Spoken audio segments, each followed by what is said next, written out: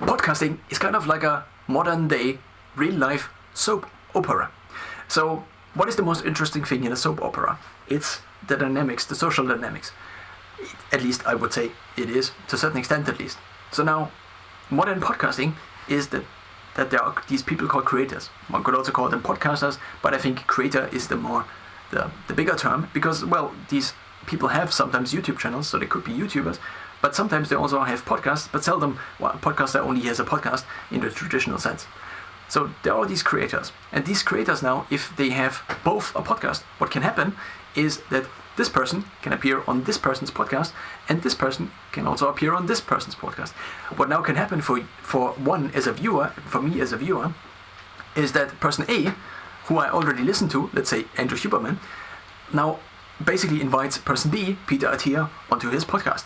What now is happening is that you already know this person, and in my case I think knew Peter Attia before through his podcast, and so basically what now happens is that you can see the interaction between two individuals for the first time, but not two individuals randomly, but two individuals you already know.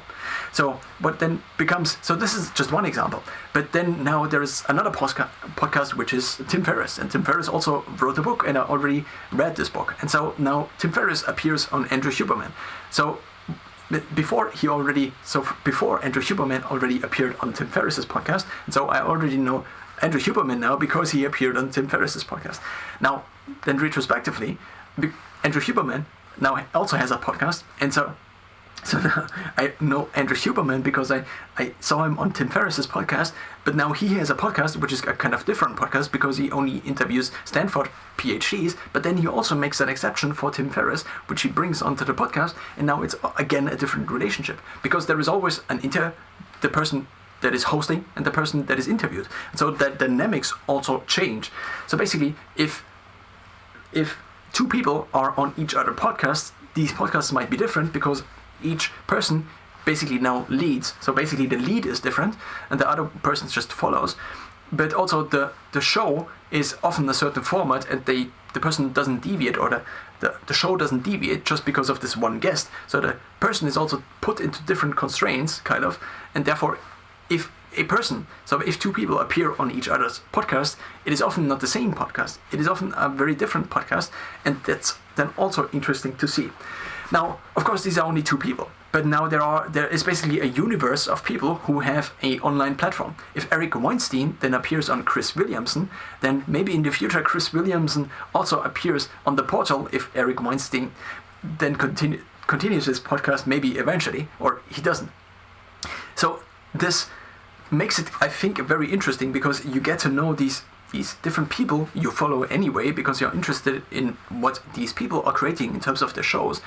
And mostly, I think now, so I'm mostly thinking of this as the shows now, as the podcast, not of people who are maybe creators, but they have their own YouTube channel. So Andrew Huberman, for example, in the beginning didn't really have a podcast. He was just a creator who had a channel, one could say. Now, the channel is not necessarily a show. Now, of course, the channel can also be a show, but a show is at least what I usually think of as a podcast nowadays. So what a podcast used to be is people interviewing other people, but of course a podcast can also just be a person just talking into a microphone, or a person just talking into a camera. Now, of course, shows also already existed before. What I think of what is now described as a podcast is a sub-format of the show, in which usually one or sometimes a few people interview one, or sometimes a few other people.